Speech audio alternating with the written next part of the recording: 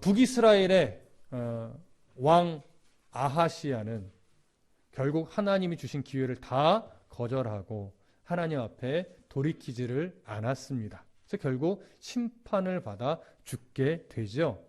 그런데 그 아하시야에게는 아들이 없었습니다. 그래서 오므리로부터 시작돼서 아합, 그 다음에 아하시야로 이어진 왕조는 아하시야의 아들로 이어가지 못했습니다. 이것은 이미 오므리 왕조가 거의 이제 끝났다라고 하는 것을 의미하는 것이지만 아직은 아니죠. 아하시야의 동생으로 여겨지는 형제 여호람이 왕위를 이어받았습니다. 미리 그 역사를 보면 이렇게 오므리 왕조는 여호람으로 끝을 맺고 이제 다른 왕조가 북이스라엘 왕조를 시작하게 되는 왕조의 연결이 그렇게 가게 됩니다. 자, 이렇게 아하시야가 죽고 하나님의 심판을 받아 그 왕조가 거의 종말을 고하게 됐음을 이야기하고 나서 성경은 엘리야의 이야기, 또 엘리야와 엘리사의 이야기로 또 넘어갑니다. 그래서 오늘 본문은 엘리야의 승천과 그리고 그 다음에 엘리사가 엘리야의 선지자직을 계승하게 되는 그런 내용으로 이제 기록이 되죠. 오늘부터 우리는 그 모습을 잠시 몇 주간 살펴볼 것입니다. 자, 먼저 열왕기하 2장 1절과 2절을 함께 읽겠습니다. 2장 1절과 2절 시작. 여호와께서 회오리 바람으로 엘리야를 하늘로 올리고자 하실 때에 엘리야가 엘리사와 더불어 길갈에서 나가더니 엘리야가 엘리사에게 이르되 청하건대 너는 여기 머물라. 여호와께서 나를 베델로 보내시느라 하니 엘리사가 이르되 여호와께서 살아계심과 당신의 영혼이 살아있음을 두고 맹세하노니 내가 당신을 떠나지 아니하겠나이다 하는지라. 이에 두 사람이 베델로 내려가니. 자, 여호와 하나님은 엘리야를 이제 하늘로 데리고 올리시고자 마음에 작정하셨습니다. 이런 하나님의 작정하심이 있었던 때가 정확하게 언제인지는 알 수 없습니다. 다만 분명한 것은 북이스라엘의 왕이었던 아하시야가 죽고 난 이후임에는 분명하지요. 엘리야는 북이스라엘의 아하방 초기 때 등장을 합니다.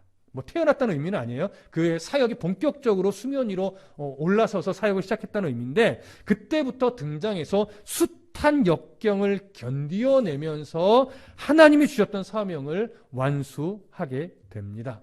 하나님은 이런 엘리야의 삶을 받으셨죠. 그리고 이제 하나님의 작정하신 뜻 안에서 엘리야를 하늘로 올리시기로 작정한 것입니다. 그래서 오늘 본문에 보면 회오리 바람이라는 표현이 나오는데 이 회오리 바람은 단순하게 자연 현상으로 등장한 것이 아니라 여호와 하나님의 특별하고도 강력한 임재를 드러내기 위해서 사용된 표현입니다. 그러니까 그런 현상과 함께 여호와 하나님이 강력하게 임재한 것이죠. 따라서 하나님은 이렇게 강력하게 임재하셔서 이제 엘리야를 하늘로 올리우실 겁니다. 이제 그 올리우실 과정이 이제 오늘 본문에서 차례차례 등장을 하는 것인데 엘리야는요 하나님에 의해 하늘로 올려지기 전에 사실 마지막 사명이 하나 남아 있습니다. 그것이 뭐냐면 자신을 이어서 이 선지자 직분을 감당하게 될 후계자를 세우는 일이었어요. 물론 하나님이 이미 후계자를 정해 주셨었습니다. 그것이 어디에 나오냐면 열왕기상 19장 16절에 나오죠. 우리 한번 찾아볼까요? 열왕기상 19장 16절. 열왕기상 19장 16절입니다. 열왕기상 19장 16절. 자, 찾으셨으면 우리 함께 읽어보겠습니다. 시작. 너는 또 님시의 아들 예후에게 기름을 부어 이스라엘의 왕이 되게 하고 또 아멜무올라 사밧의 아들 엘리사에게 기름을 부어 너를 대신하여 선지자가 되게 하라. 자, 이때 엘리야는 하나님의 말씀을 듣고 나서 엘리사를 찾아가죠. 그때 엘리사 뭐 하고 있었어요? 24마리의 소를 키우며 농사를 짓고 있었죠. 그때 엘리야는 엘리사에게 자신을 따라 이제 선지자의 직분을 감당할 것을 요구했고, 엘리사는 그 의미를 깊이 깨닫고 모든 자신의 하던 일을 내려놓고 엘리사를 따라 나섰습니다. 그때부터 엘리사는 엘리야를 계속 보좌하면서 늘 함께했고 수제자처럼 수종을 들며 하루하루 보내서 지금까지 오게 된 것이죠. 이제 하나님께서 엘리사에게 이 엘리야의 사역을 계승시키실 것입니다. 자, 엘리야는 이런 하나님의 뜻을 따라서 이제 엘리사와 함께 길갈에서 나가려고 하고 있습니다. 여기에 지금 언급된 길갈은 우리에게 익숙한 길갈은 아닙니다. 여러분, 우리에게 익숙한 길갈은 어디죠?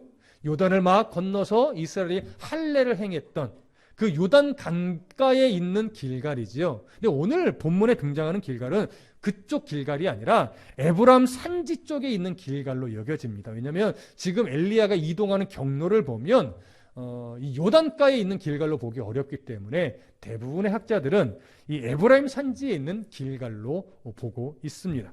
자, 이렇게 엘리야와 엘리사는 길갈에서 나와 베델로 향해 이동하려고 합니다. 그런데 2절을 보니까 막 길갈에서 나올 무렵쯤에 엘리야가 엘리사에게 이렇게 말합니다. 너는 여기 머물라.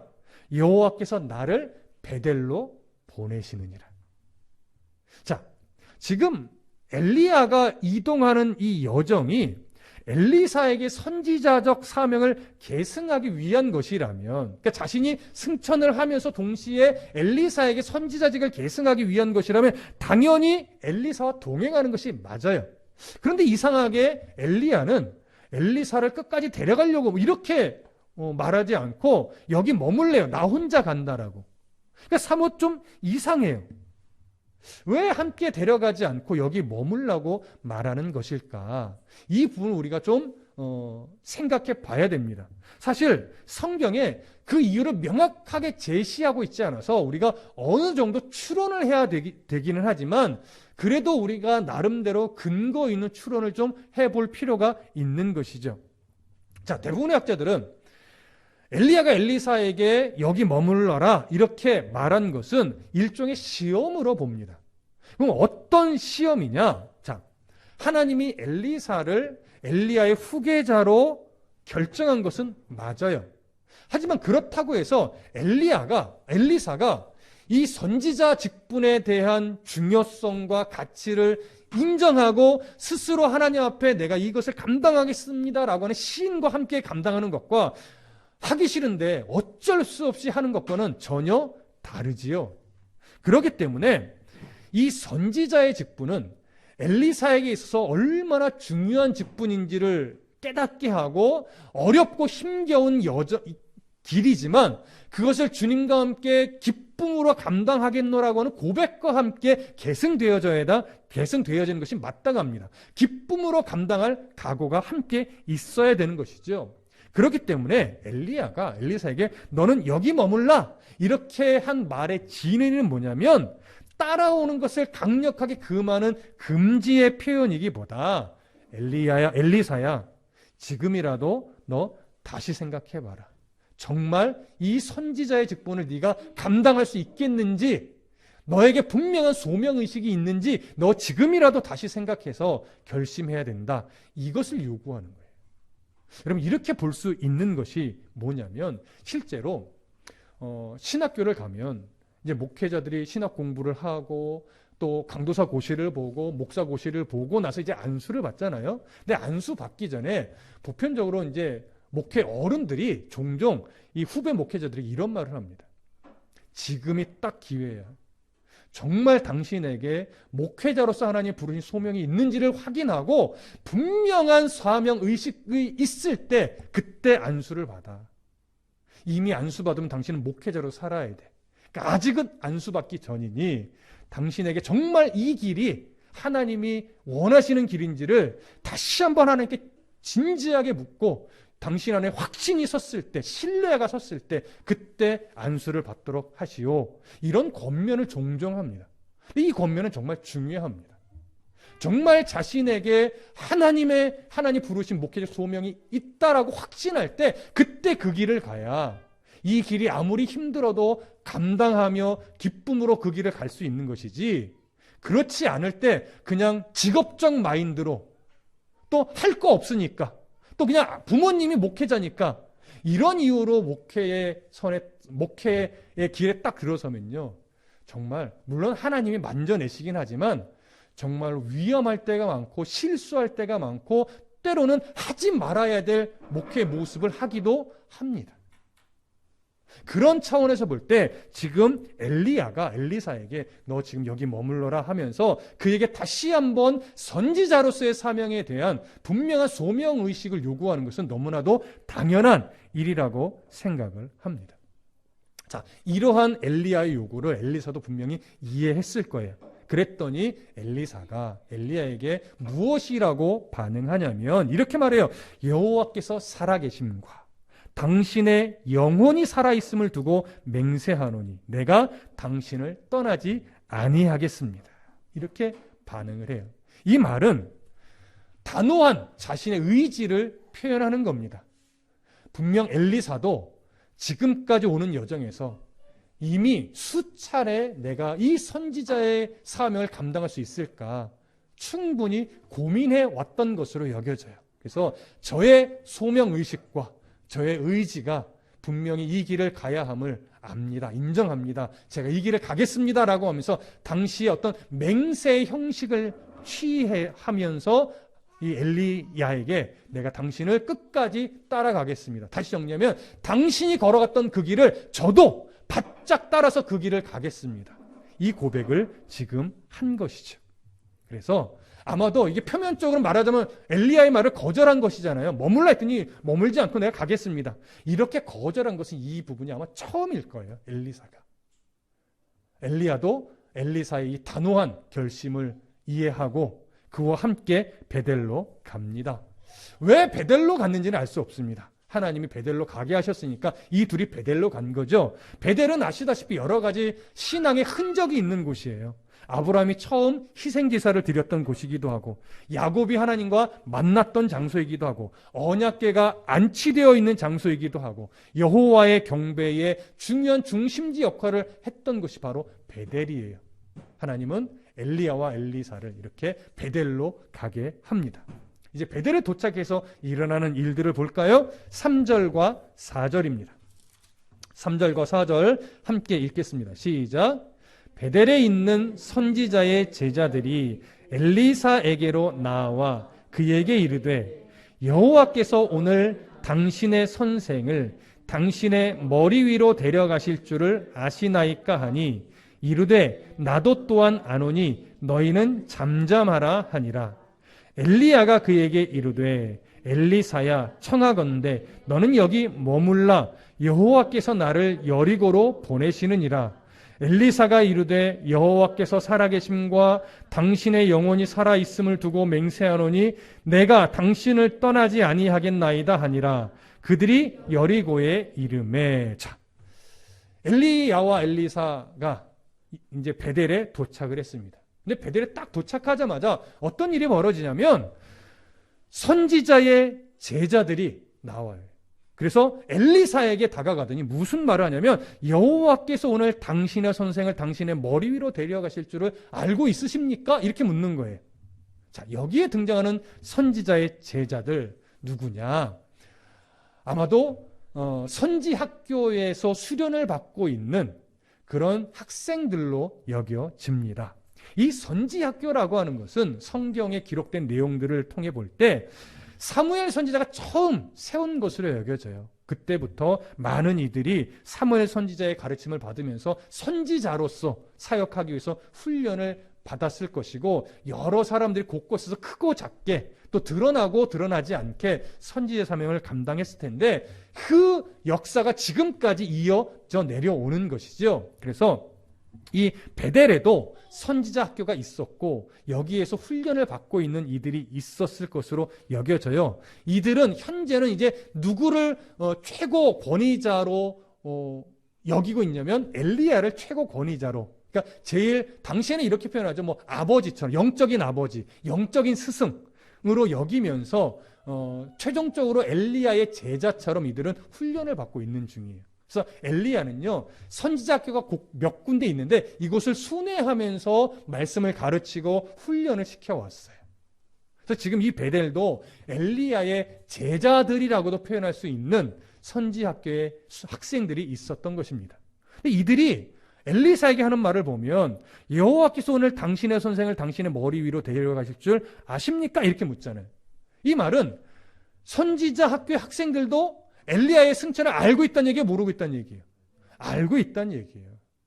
하나님께서 어떻게 알려주셨는지는 정확하게 알 수 없지만 누군가를 통해서 하나님의 환상 중에 알려주시고 소문이 난 것일 수도 있고 하나님께서 뭐 꿈으로든 무엇으로든 모든 선지자에게 알게끔 해주셨을 수도 있어요. 중요한 것은 하나님이 감추지 않고 선지자 학교의 학생들에게 다 드러내 주셨다는 것이죠. 다 알게 되었다는 것이죠. 자, 이렇게 해서 이들이 알고 엘리사를 딱 만나자마자 당신의 선생을 하나님이 이제 하늘로 올리실 겁니다. 아십니까? 이렇게 물었더니 엘리사가 나도 압니다.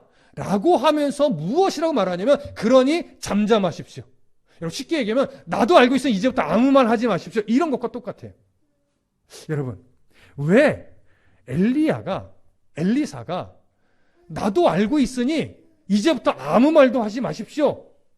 이렇게 말한 걸까요? 이게 어감을 모르면 이게 뭔가 좀 겸손한 표현인지 약간 교만한 표현인지 뭔가 기분 나쁜 표현인지 좀 헷갈리기도 해요.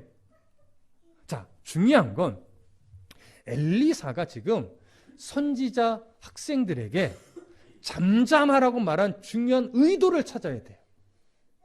여러분도 한번 개인적으로 생각해 보십시오. 제가 아까 그 말씀 드렸죠? 목사 안수를 받기 전에 종종 어른들이 너 다시 생각해봐. 진짜 소명이 있는지 생각해봐. 이렇게 이야기한다고 하잖아요. 근데 이제 주변에 그 목회자에 대해서 알고 있는 사람들, 뭐 친구도 있을 수 있고, 선배도 있을 수 있고, 후배도 있을 수 있잖아요. 그러면 이 사람들이 하나둘씩 찾아와서 안수 받는 다음에 다시 생각해봐. 그래서 좀 직구준 친구들은 야, 너 같은 놈이 무슨 목사한테가 된다고, 야, 너 다시 생각해봐라. 이렇게 말할 수도 있고, 또 어떤 사람들은 귀한 길 가시네요. 정말 은혜의 시간이 되겠네요. 뭐 잘 안수 받으세요. 뭐 이럴 수도 있고, 별의별 이야기들이 많을 거예요. 여러분, 목회자의 길이 얼마나 중요한 길이고 함부로 갈 수 없는 길인 걸 아는 사람들은요, 이런 말 저런 말 들려올 때요, 정말 머리가 아프게 돼요. 그렇지 않아도 이 길은 함부로 갈 수 없는 길이라는 걸 아는데 가라 마라 너 왜 그러느냐 지금이라도 포기해라 아니 정말 거룩한 길이야 잘 감당하세요 막 이야기 들려오면요 정말 정신이 없어요. 어떻게 해야 될지 마음이 혼란스러워지고요. 마음에 뭔가 이리 쏠리고 저리 쏠리는 이게 격앙된 감정이 생겨요. 여러분 그런 상태로 목사 안수를 받는 것은 그리 옳지 않습니다. 아마도 지금 엘리사도 동일한 감정 상태일 것으로 여겨져요. 분명 엘리사는 지금 그동안 섬겨왔던 스승이와 이제 헤어져야 한다라고 하는 어떤 안타까움과 스승이 없을 때 내가 과연 선지자 일을 감당할 수 있을까에 대한 불안감도 있었을 것이고 또한 선지자의 직분이라는 것이 이게 보통 결심으로 할 수 있는 일이 아닌 걸 알아요. 근데 해야 된다는 것도 알아요.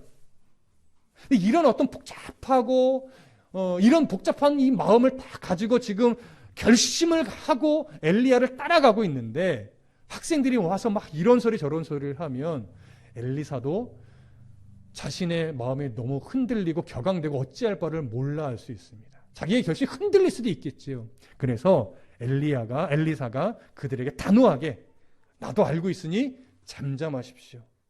그러면서 사람의 소리에 귀 기울이지 않고 지금 오직 누구에게만 집중하려고 하는 거예요? 하나님에게만 집중하려고 하는 겁니다. 여러분, 이건 굉장히 중요한 태도예요. 사람의 소리를 들을 필요 없다. 이 얘기를 한 게 절대 아닙니다. 사람의 귀에 조언이나 위로에도 귀를 기울이고 우리가 그 말씀들을 잘 새겨서 바른 판단을 하는 것도 너무 중요하지만 지금 이 순간만큼은 엘리사는요. 사람의 이런 소리 저런 소리에 막 마음이 흔들리지 않으려고 부단히도 지금 노력하는 거예요. 오직 내게 소명을 주시고 나를 선택하여 나를 불러주신 그 하나님께만 집중하기 위해서 마음을 붙잡고 있는 거예요. 그래서 그런 마음들이 어떻게 표출되느냐면 잠잠해 주십시오. 사람의 생각으로 이런 말 저런 말 하지 말아 주십시오. 나도 지금 이 순간이 어떤 의미이고 어떤 순간인지 잘 알고 있습니다. 이런 의미로 단호하게 아무 말씀하지 말아달라고 부탁을 하는 것입니다. 그런데 그 순간 또 엘리야가 엘리사에게 또 말을 해요. 엘리야야, 청하건대 너는 여기 머물라. 여호와께서 나를 여리고로 보내시느니라. 여러분, 똑같은 의미로 여겨집니다. 한 번 더 생각해라 이거죠. 심사숙고해라. 너 정말 이 길을 갈 수 있겠는지 너 심사숙고해서 다시 한번 너의 마음을 점검해봐라. 이런 의도로 여겨집니다. 그때 엘리사는 또 똑같이 단호하게 말합니다. 여호와께서 살아계심과 당신의 영혼이 살아있음을 두고 맹세하노니 내가 당신을 떠나지 아니하겠나이다. 이 결심을 들은 엘리야는 또 이제 함께 그 여정을 갑니다. 그래서 어디로 가느냐? 이제 여리고로 가죠. 그 여리고에 가서 또 일어나는 일 5절과 6절입니다. 함께 읽겠습니다. 5절과 6절 시작. 여리고에 있는 선지자의 제자들이 엘리사에게 나와 이르되 여호와께서 오늘 당신의 선생을 당신의 머리 위로 데려가실 줄을 아시나이까 하니 엘리사가 이르되 나도 아노니 너희는 잠잠하라. 엘리야가 또 엘리사에게 이르되 청하건대 너는 여기 머물라. 여호와께서 나를 요단으로 보내시느니라 하니 그가 이르되 여호와께서 살아계심과 당신의 영혼이 살아있음을 두고 맹세하노니 내가 당신을 떠나지 아니하겠나이다 하는지라. 이에 두 사람이 가니라. 아멘. 여러분, 또 한 번 이 베델에서 있었던 내용이 반복되지요. 지금 여리고에 있던 선지자의 제자들이 당신의 선생을 하늘 위로 하나님이 데려가실 줄 압니까? 라고 묻는 것도 똑같은 이유이고 그들에게 또 잠잠하십시오라고 단호하게 말하는 것도 똑같은 의미입니다. 그리고 또 한 번 엘리야가 묻죠. 하나님이 나를 요단으로 보내신다. 그러니 너는 여기 머물러라. 이도 마지막 세 번째로 다시 한번 심사숙고할 수 있는 기회를 주는 겁니다. 그리고 똑같이 엘리사는 내가 당신을 끝까지 따라가겠습니다라고 말하죠. 보면 물론 선지의 제자들이 말하는 것은 두 번 나오지만 이 상황이 지금 세 번이나 반복되고 있는 것을 알 수 있습니다. 왜 세 번이나 반복했을까요? 굳이 3의 의미를 크게 두실 필요는 없지만 지금 이렇게 세 번이나 반복되고 있는 것은 뭐냐면 선지자의 사역을 행한다는 것, 감당한다는 것이 얼마나 중요한 일인지를 드러내고 있는 겁니다. 또한 선지자의 사역을 계승한다는 것이 얼마나 힘겨운 일인지를 또 드러내는 거죠. 또한 선지자의 사역은 결코 가볍게 생각하고 감당할 수 있는 일이 아니라는 것, 그것을 보여주는 겁니다. 그것과 함께 지금 단호하게 결심을 하고 내가 끝까지 따라가겠습니다라고 말하고 있는 엘리사의 결단이 한순간의 명예 욕심 때문에 내린 결단이 아니라 얼마나 신중하게, 얼마나 하나님을 바라보면서 단호하게 결심하고 있는 것인지 그것을 보여주는 겁니다. 이러한 엘리사의 모습이 이제 어떻게 진행되는지 조금 더 볼까요? 7절과 8절을 읽겠습니다. 7절과 8절입니다. 시작. 선지자의 제자 50명이 가서 멀리 서서 바라보매 그 두 사람이 요단가에 서 있더니 엘리야가 겉옷을 가지고 말아 물을 치매 물이 이리저리 갈라지고 두 사람이 마른 땅 위로 건너더라. 엘리야와 엘리사가 이제 요단을 함께 건너가려고 합니다. 근데 그 모습을 조금 멀찌감치 해서 누가 보고 있냐면 따라온 선지자의 제자 50명이 멀찌감치 서서 보고 있습니다. 그 당시 여리고에 50명의 제자들이 있었다는 얘기는 아니에요. 더 많았겠죠. 대표로 50명이 지금 요단가까지 따라온 것으로 여겨져요. 이들의 역할은 뭐냐? 아마도 엘리야의 승천과 그 다음에 엘리야의 선지자 직분을 엘리사가 계승했음에 대한 증인의 역할로서 이 50명이 지금 여기까지 오게 된 것으로 여겨집니다. 자, 이들이 멀리서 두 사람을 바라보고 있어요. 요단강 앞에 딱 서 있는 두 사람. 엘리야가 이제 자신의 겉옷을 벗어서 둘둘 말더니 그 옷으로 요단강가를 내리쳤습니다. 그랬더니 놀랍게도 요단강이 갈라졌죠. 그리고 더 놀랍게도 그 바닥이, 젖어 있어야 될 바닥이 마른 땅이 되었어요.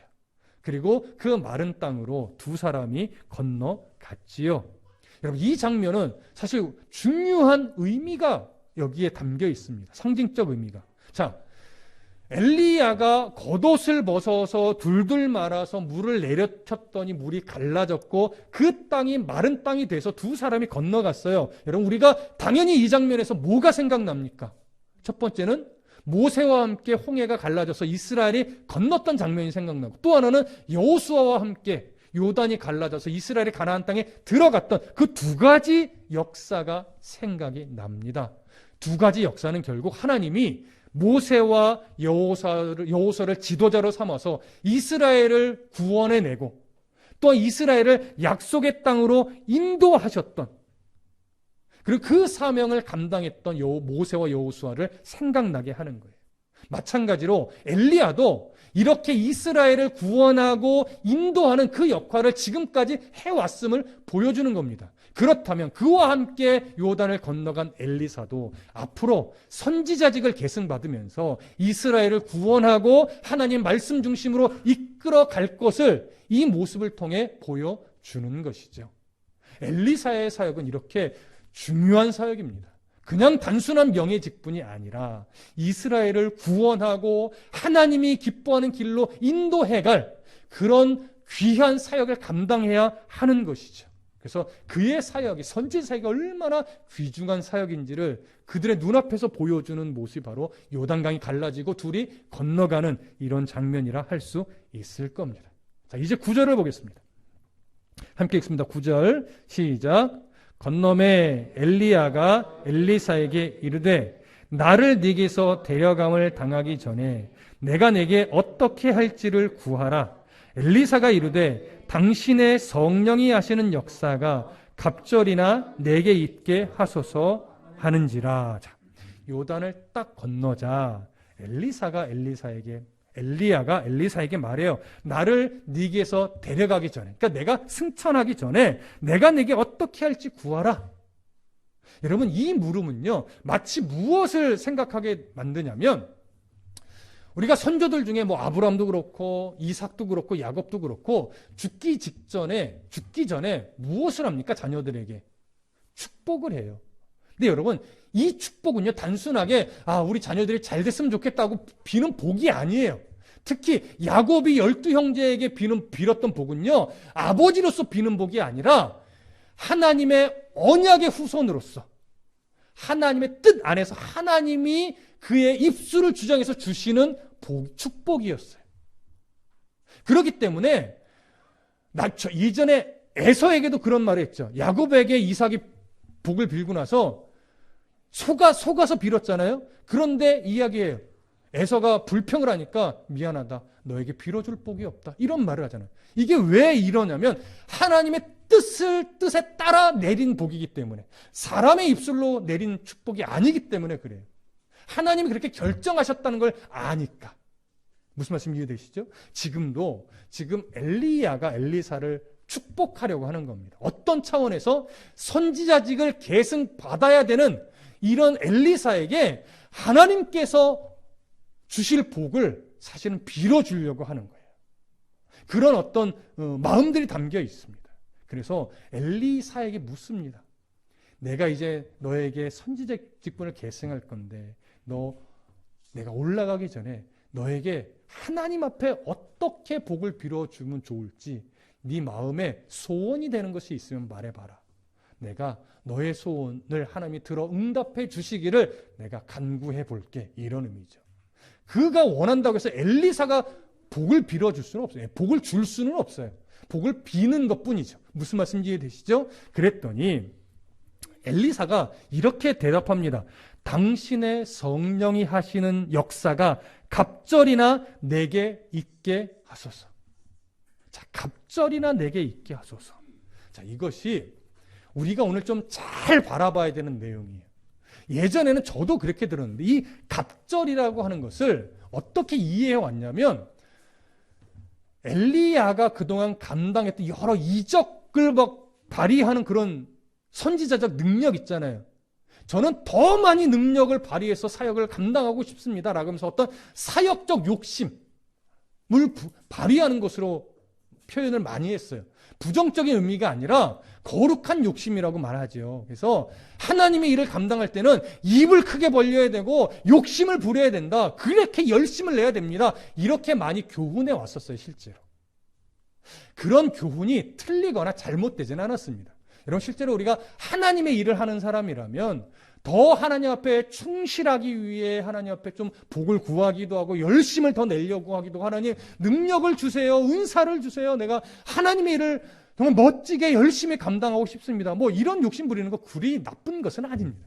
하지만 엘리사가 그런 의도로 이것을 요구했느냐, 여기서는 우리가 한 번 더 생각해 보실 필요가 있어요. 최근의 학자들은 원문을 연구하고 배경을 연구하고 어떤 문맥들을 통해서 이것이 뭐 2배의 능력을 주십시오 이렇게 요구한 것으로 보지 않습니다. 왜 그러냐면 여기 갑절로 번역된 히브리어가 쇠나임이에요. 쇠나임. 이 쇠나임이라는 단어는요, 크게 대표적 의미가 2개인데 하나는 둘, 또 하나는 두목, 이런 의미예요. 두목. 근데 이 두목이라는 이 의미가 사실 율법의 이 단어를 두목수로 많이 번역을 해요. 왜냐하면 이 쇠나임이란 단어는 어떤 상황에서 주로 많이 쓰냐면 장자에게 상속권이 물려지고 장자가 받을 몫을 표현할 때 두목이란 단어를 쓰는 거예요. 여러분, 당시 장자는요 2배를 받는 것이 아니라 2몫을 받는 거예요. 이게 무슨 차이냐면 만약에 아들들이 3명이다.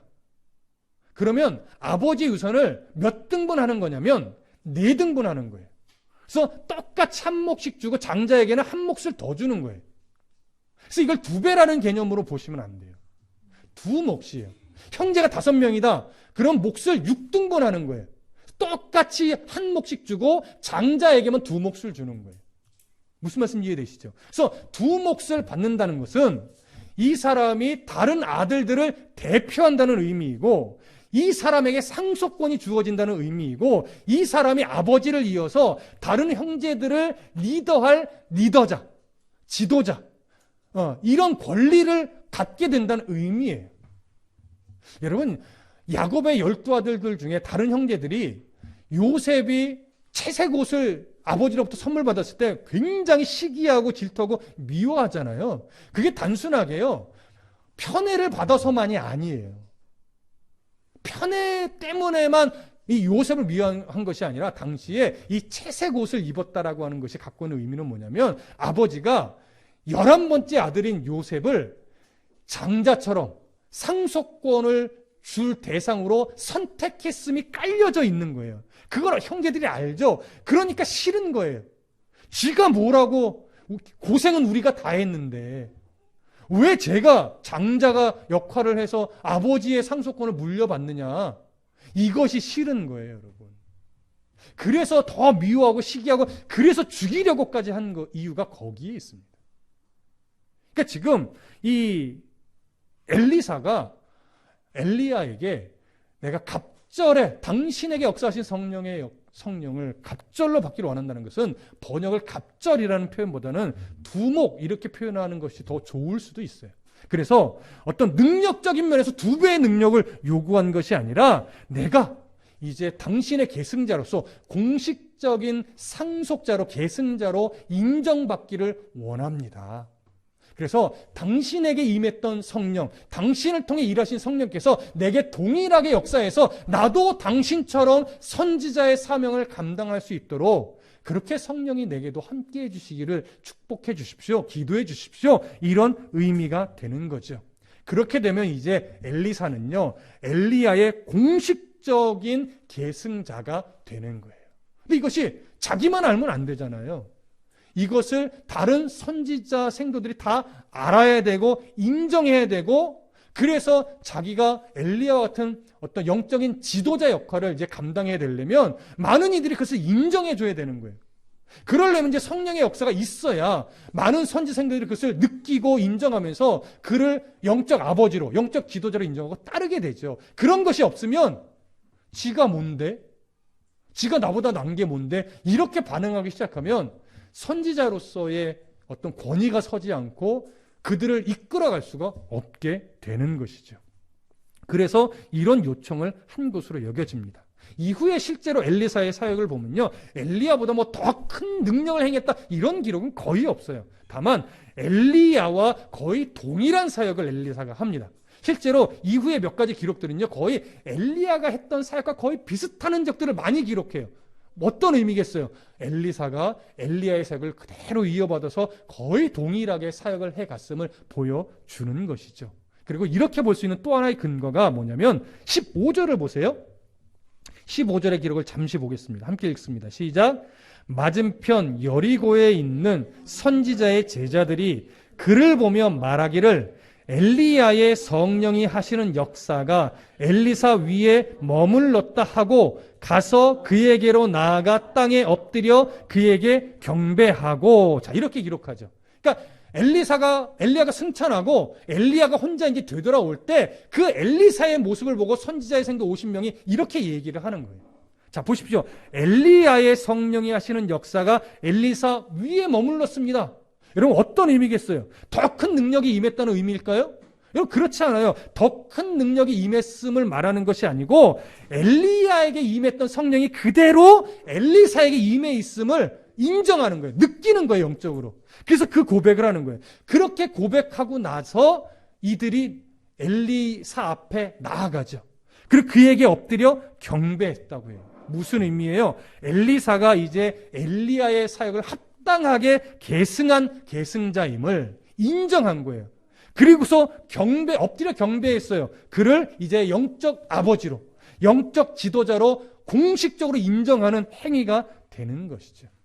이렇게 엘리사의 선지자 직분이 시작이 되는 겁니다. 이제 다음 시간에는 이 사역에 대해서 우리가 살펴보게 될 건데, 여기서 우리는 분명히 바라봐야 돼요. 엘리사가 얼마나 깊은 고민과 단호한 결심을 가지고 이 선지자의 직분을 지금 계승을 받았는지. 여러분, 엘리사가 절대로 단순한 명예적 욕심을 가지고 이 사명을 감당하려고 하지 않았습니다. 정말로 선지자의 직분이라는 것은 당시에 때로는 목숨을 걸어야 하고요, 때로는 모진 매도 맞아야 되고요, 때로는 정말 자신이 감당할 수 없을 만한 상황에 놓일 때가 다반사였을 거예요. 하지만 선지자로 이미 딱 세워지면 그 길을 안 갈 수가 없어요. 무조건 가야 돼요. 이것을 엘리사가 너무나 잘 알고 있습니다. 그렇기 때문에 그는 3번의 여기 머물라는 물음 앞에서 이 길은 하나님 내게 원하시는 것이고 죽는다 할지라도 내가 가야 할 길이라는 것을 분명하게 인정하고 그래도 내가 감당하겠다라고 하는 분명한 결심을 해냈습니다. 그리고서 계승을 받은 거죠. 그러면서 왜 엘리야에게 임했던 성령을 간구했을까요? 선지자의 사명이라는 것은 자신의 열심, 자신의 능력, 자신의 어떤 헌신, 이것으로만 할 수 있는 일이 아니기 때문에 그래요. 철저하게 성령의 도우심이 없다면, 성령이 주시는 지혜가 없다면, 성령이 인도하시는 그 인도하심이 없다면 이 길을 절대 갈 수 없다는 걸 알기 때문에 그래요. 그래서 능력을 요구한 것이 아니라요, 성령께서 변함없이 엘리야와 함께했던 성령께서 나와도 동일하게 함께해 주시기를 원하는 거예요. 성령의 역사 없이 갈 수 없습니다. 여러분, 저도 부족하지만 그 결심으로 안수를 받고 목사가 된 사람이고, 우리 안영재 전도사님도 이제 3학년 공부 마치면 얼마 있다가 강도사 고시도 봐야 되고 좀 더 지나면 이제 곧 목사 안수도 받겠죠. 여러분, 목사 안수 받기 전에 저도 그 물음 할 거예요. 자네 정말 이 길을 가려는가? 어떤 책에 그런 제목이 있어요. 여러분, 정말 물어야 돼요. 그리고 스스로에게 던져야 돼요. 내가 정말 목사로서 일평생 드릴 수 있을까? 정말로 내가 열심을 다해서 이 부격자의 삶을 살아왔지만 내가 앞으로 목사로서 갈 길이 맞을까? 이 고민을 하셔야 되고, 그 분명한 소명의식 가운데 안수를 받고 목회자가 되어야 되겠죠. 하지만 목회자가 되어도 결국은 성령을 따르지 않으면 목사의 길, 목회자의 길을 갈 수 없습니다. 사람이 욕심으로 갈 수 없습니다. 명예직도 아니고, 명예직이지만 세상의 명예, 이런 식으로 나를 드러내는 명예직이 아니기 때문에 철저하게 하나님의 영광만을 드러내야 하는 직분이기 때문에 정말로 내가 이 길을 하나님의 말씀 앞에서 내가 갈 수 있을까? 말씀을 따라 내가 끝까지 순전한 사역자로 갈 수 있을까? 이 깊은 고민 가운데 안수를 받으셔야 되겠죠. 그럼 여러분, 성도의 삶은 다를까요?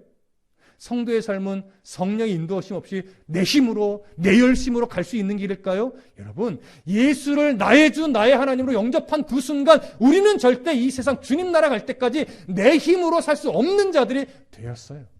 여러분, 성령의 도우심 없이, 성령이 주시는 지혜 없이, 성령의 인도함 없이 여러분 그리스도인으로 절대 살 수 없습니다.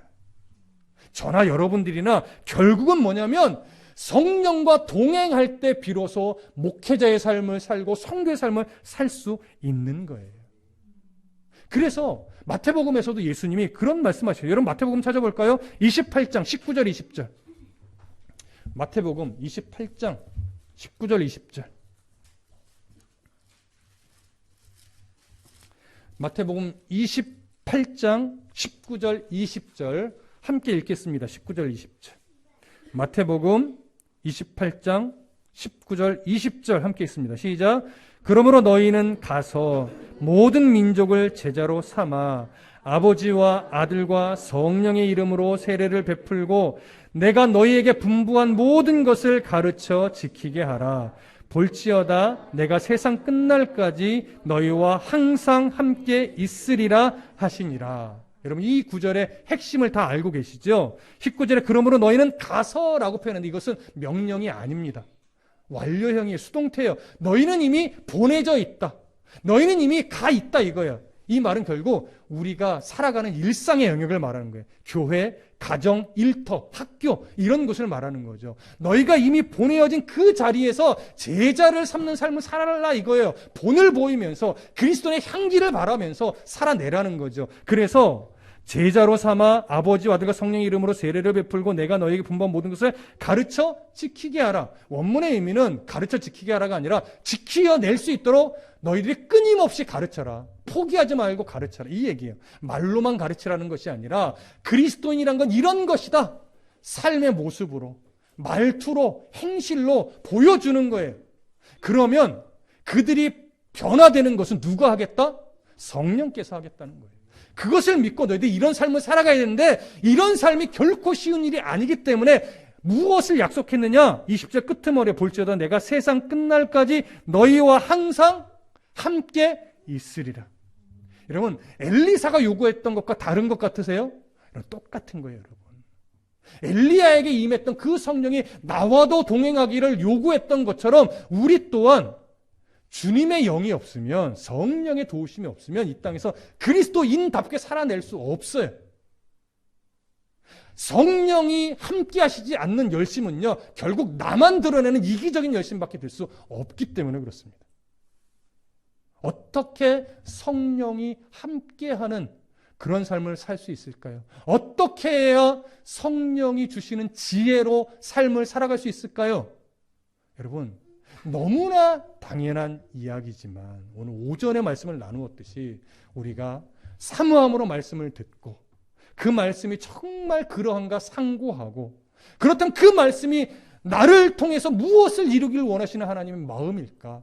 끊임없이 하나님 이 말씀이 이런 의미라고 오늘 목사님을 통해서 들었는데 그러면 내 삶에 어떻게 적용해야 되겠습니까? 라고 묻는 과정 그리고 기도하는 그 과정 속에서 여러분 결국 성령이 일깨워 주실 거예요. 그것을 믿고 하루하루 매주 말씀과 씨름하며 주어진 일상을 살아내는 것 그러면서 하나님의 마음들을 조금씩 선명하게 알아가게 되는 것 이게 성령과 동행하는 것이고요. 이 과정에서 성령이 문득 우리에게 깊은 영감을 줘요. 이게 성령이 주신 지혜예요. 뭐 날마다 막 얘기하고 이거요? 알았어요. 이렇게는 안 돼요. 깊이 고뇌하고 어쩔 때는 아무 말씀 없는 것 같아서 답답해하다가 그러면서 이거였군요 깨달아가면서 이렇게 조금씩 선명해지는 거예요. 여러분 그렇게 성령은 우리와 함께 하시고 우리를 도우십니다. 그러니 말씀을 가까이 하지 않을 때 어떻게 성령을 느낄 수 있겠습니까? 말씀을 앞에 놓고 고민하지 않을 때 어떻게 성령의 마음을 느낄 수 있겠냐고요. 여러분, 우리가 평안하게 신앙의 삶을 살아가야 하는 것은 맞지만 너무 쉽게 신앙생활을 하려고 하지 마십시오. 그럴 수 없습니다. 말씀과 씨름하셔야 되고 고뇌하셔야 되고 고민하셔야 돼요. 왜요? 세상이 그리스도인에게 편안함을 주지 않아요. 세상이 살아가는 이 모습과 그리스도인으로 살아가는 모습이요, 같지 않아요. 너무나 달라요. 거기서 수없이 충돌이 일어나는데 어떻게 그리스도인의 삶이 그냥 편할 수 있겠습니까? 그리스도인의 삶은 불편해야 정상입니다, 여러분. 그 불편함 속에서 하나님의 마음을 느끼고 신앙이 자랄 때요, 불편한데 감사하게 되는 거예요. 불편한데 소망이 있게 되는 거예요. 힘겨운데 은혜가 있으니까 이것을 힘들게 여기지 않고 기쁨으로 살아갈 수 있는 힘이 생기는 거예요. 그러니 불편을 두려워하지 마십시오. 부딪히는 걸 두려워하지 마십시오. 그 속에 성령과 함께하면 오히려 내가 자라나게 되고 내가 더 성장하게 되고 내가 하나님의 나라로 소망으로 더 깊어지게 되면서 거기에 성령의 지혜가 채워지게 되면 여러분, 세상이 감당할 수 없는 성도의 삶이 됩니다. 그렇게 되기를 간절히 소망하고 축복합니다. 기도하겠습니다.